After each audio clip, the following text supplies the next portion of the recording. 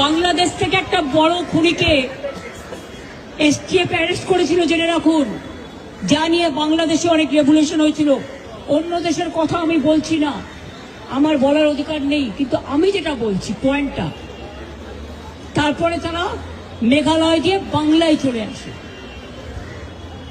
বাংলায় যখন চলে আসে তখন আমাদের এসটিএফ তাকে ধরে, এটা তাদের ক্রেডিট। তারপরে হোম মিনিস্টার নিজে আমাকে ফোন করে বলছেন, এতদিন তো কই আমি বলিনি, মুখ করিনি, আজকে অত্যাচারের শেষ সীমায় গেছেন বলে। কারণ এটা জানে, আমি এখনো নামটা বলছি না ভদ্রতা করে, বাংলাদেশের লোক উত্তাল হয়ে যাবে। আমি সেটা চাই না, আমি দেশকে ভালোবাসি, না বলবো না দেশের স্বার্থে। কি বললেন? आप थोड़ा आपको बंगाल पुलिस को बोल दो ये बात बाहर में नहीं कहने के लिए, एक देश के लिए है। কাকে দিয়ে খুন করিয়েছিলেন, কার কার নাম বেরিয়েছিল? আজ গভর্নমেন্ট চেঞ্জ হলেও মনে রাখবেন, আমি তো সবটাই জানি।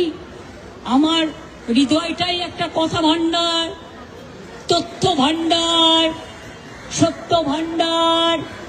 আমি তো সম্পদের ভয়ে কর্মীদের জলে ভাসিয়ে দিয়ে দল ছেড়ে চলে যাব না। আমার তো এক সেকেন্ড লাগতো। আমাকে তো কতবার বলেছে, क्या चाहिए हर कुछ कर देंगे अगर आप हमको मदद करेंगे तो। শুনুন, আমাদের পার্টির একটা নীতি আছে, আদর্শ আছে, দর্শন আছে। আজকে আমার দুঃখ একটাই, যাদের জন্য সারা জীবন করেছি তারা আজকে গদ্দারের সাথে লাইন করছে। তোমার এলাকায় যখন বাড়ি ভাঙে 7,000 লোক, আমি নিজে ফোন করে তোমাদের যেতে বলি, তোমরা যাচ্ছ না। দাঁড়াও ভাই, একটু চুপ করো।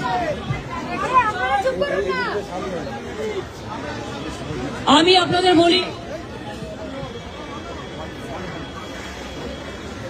আমি বলেছিলাম যখন মসজিদের মাইক কেড়ে নেওয়া হচ্ছিল যে তোমরা একটা কেস করো, করেনি সে। বকরিদের ব্যাপার নিয়ে আখরুজ্জামানকে দিয়ে মহুয়া মৈত্র কেস করলেন, আমাদের তৃণমূল কংগ্রেসের এমপি। আর যারা আজকে গদ্দারি করছে তৃণমূলটাকে ভাঙবার জন্য, আমি বলি ঈশ্বর আল্লাহ তেরে নাম সপ্ত সুমতি দে ভগবান।